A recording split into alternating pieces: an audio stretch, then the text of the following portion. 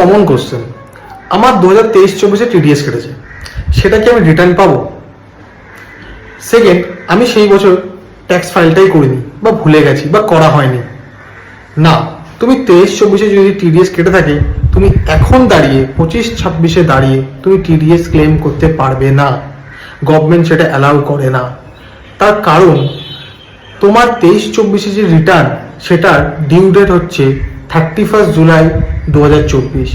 সেটা তোমার এক্সটেন্ড করে 31 ডিসেম্বর অবধি ফাইল করতে পারবে। 31 ডিসেম্বর 2024 মধ্যে তুমি যদি ফাইল করতে, তাহলে তোমার টিডিএস তুমি ফুল ক্লেম করতে পারতে।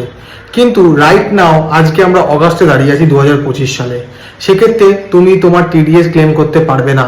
তোমার কারেন্ট টিডিএস ছাড়া প্রিভিয়াস টিডিএস তুমি ক্লেম করতে পারবে না।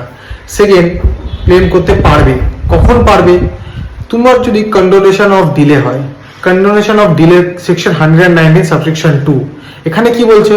তোমাকে একজন কমিশনারকে, ইনকাম ট্যাক্স কমিশনারকে মেল করতে হবে বা লেটার লিখতে হবে, যেখানে তোমার সিরিয়াস ফ্যাক্টটা বলতে হবে, what is the reason behind non filing of income tax. সেক্ষেত্রে তোমাকে বলতে হবে তোমার ইলনেস হতে পারে, বা তোমার স্পেসিফিক কোনো রিজন হতে পারে, বা তোমার টেকনিক্যাল কোনো প্রবলেম হতে পারে, তুমি ইনকাম ট্যাক্স ফাইল করতে পারোনি। সেক্ষেত্রে কমিশনার যদি অ্যাপ্রুভ করে, তাহলে তুমি তোমার টিডিএস রিটার্ন পাবে।